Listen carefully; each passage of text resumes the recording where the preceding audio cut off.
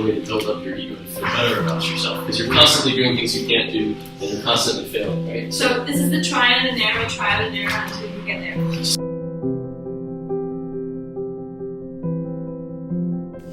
Hello, I'm Natalie. I teach the art of hand balancing. I am a professional hand balancer. And one, two, and one. Oh, yeah.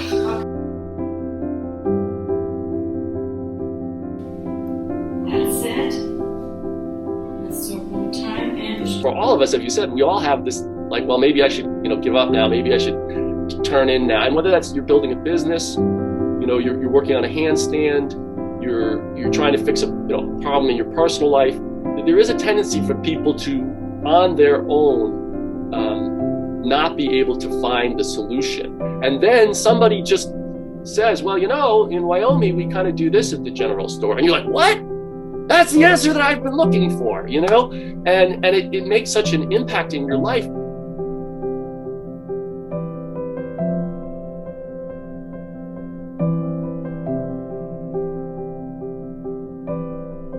My brother said, why don't you, do a YouTube tutorial? I'm sure it would be very interesting. And I was like, who cares about handstands? I wasn't. Apparently quite a few people. But this was, I was just genuinely very surprised at why this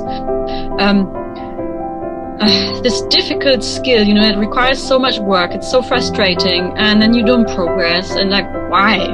Isn't there things that are more achievable that people would find more fascinating?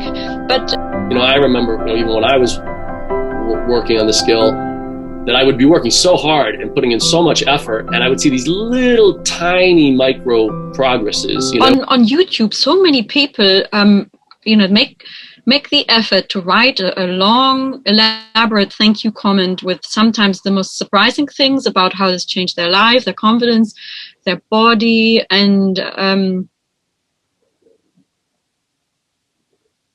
that is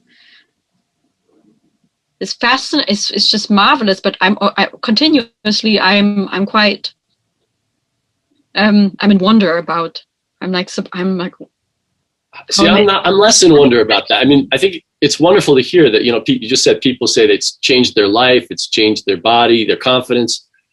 I mean, I hear from so many people and there's so many challenges. And of course, people look for a solution, right? I mean, that's how we met. I was looking for a solution. I'd gotten as far as I could go. And I said, I can't get further if I don't have a coach, and then, meeting you opened a whole new door, opened a whole new city, opened, even to more, teachers. So I often say that people are a doorway, and I'll talk to people, in the United States, and they'll have 2 kids and they'll be working a government job in, Wyoming or something. And they'll say, oh, well, I'm just, this is just my life. And I'm like, you don't understand. As someone somewhere in the world, Wyoming is an amazing place. Like what you're doing. And I think it is like the fish in the water. We're so in the water. And that's, again, why I do this podcast, because people in the circus world are so in that world, and they all know each other and they're all in the same groups and they all talk about the same things. But there are 100 worlds like that. All the neuroscientists are in their world, and all the people who are small farmers and all the people who paper mache are in their world. And so you have all these worlds, and quite often the solution for the guy in the paper mache world is in the neuroscientist world. And the solution for the person, who's trying to figure out something in physiotherapy is in the circus world. And yet these worlds so often they don't know about each other. They don't even know that they exist, And B, a lot of times people look at it and they go, oh yeah, I know what that is. That's handstand. And it's like, yeah, I don't think you really know the detail and the level and the nuance and the artistry and the people in this world, And so it's not surprising to me. And one of the reasons I make this is because when people get to that place of well, I'm just going to give up. I mean,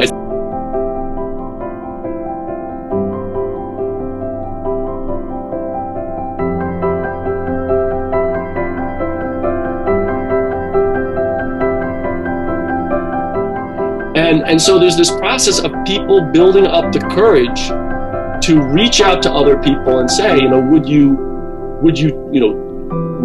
help me with that?